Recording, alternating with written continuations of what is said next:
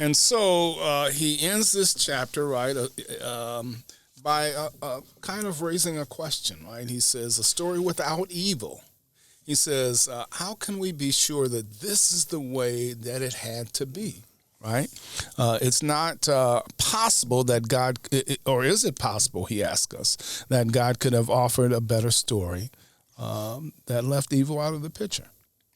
And he says the question then is, could his glory be supremely manifested to his creatures in any other storyline? And he answers, no, we must contend otherwise, right? Yeah. Right. So was the fall good?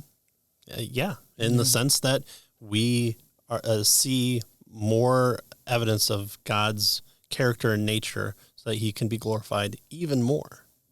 So it's neat. I really like this chapter, and chapter 10 and 11 were a really good one. I thought 9 was excellent, really, really good. 2 was also good.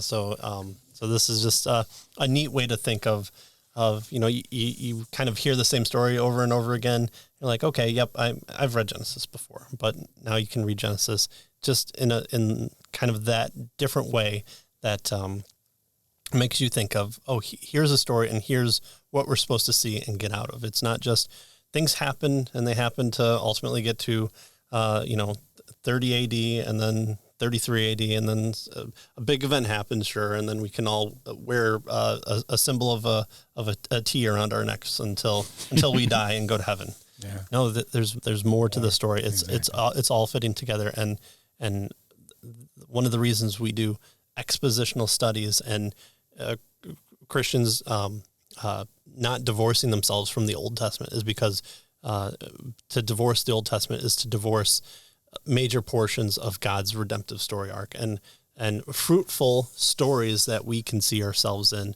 and not only us, but also God's relationship with us, and then ultimately seeing God glorified in those moments, even at a time before a redeemer comes into the world, and pointing towards that. That's the purpose of pointing towards the crux, the climax of human history, which is the incarnation and the cross and the resurrection. Mm-hmm.